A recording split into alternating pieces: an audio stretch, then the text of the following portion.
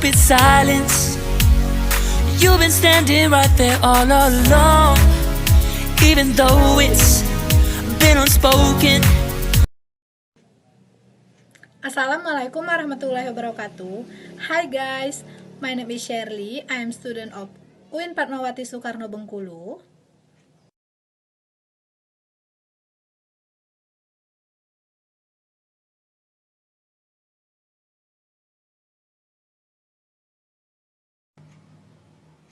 Here, I will explain the material about translation.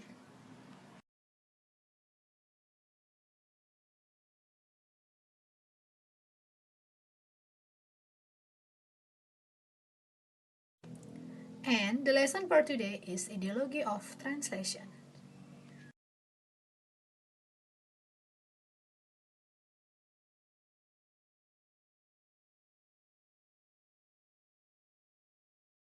Okay, what is the definition of translation ideology? Can be defined as idea, perspective, mythos, and principle that are believed by community groups. Both implies that the ideology used in the target text proves that translation and culture cannot be separated. In other words, an ideology in translation provides a macro perspective in discussing the translation process as part of the social cultural activity and translation as part of the community culture.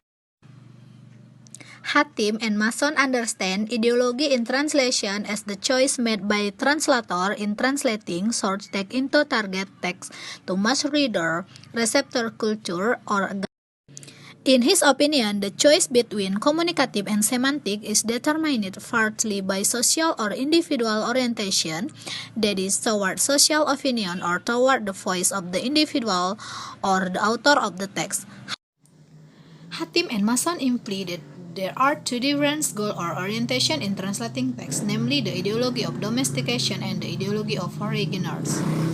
Ideolokal atau domestikasi dan ideologi asing atau foreignization. The domestication ideology is oriented towards the target language and believes that the translation correct, acceptable, and good are according to taste and hope of reading.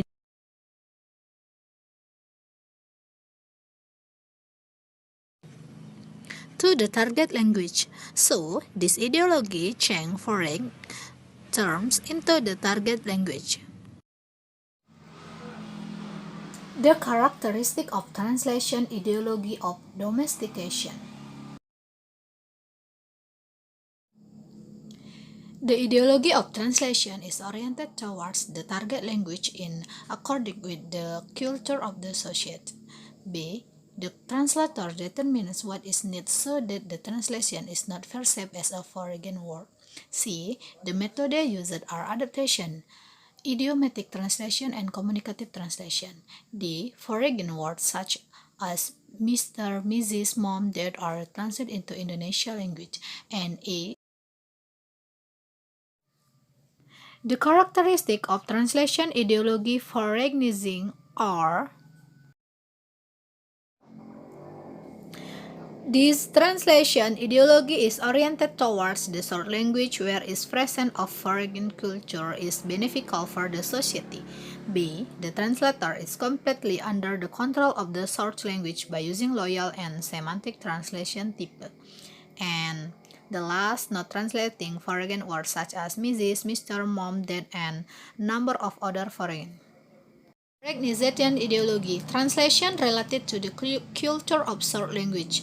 Translator think over about correctness and goodness principle. Translation technique that usually used are borrowing technique and word for word technique. Translation tries to give information about the foreign language and introduce the source language culture. Domestication ideology. Translation related to the culture of target language. Bahasa Indonesia.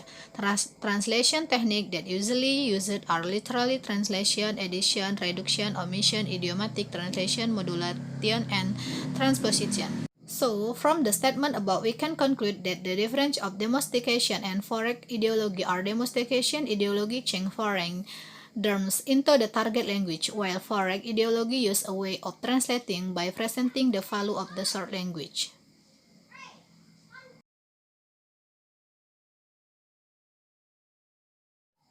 And the last ideology has a relation between which politics, sexism, and religions.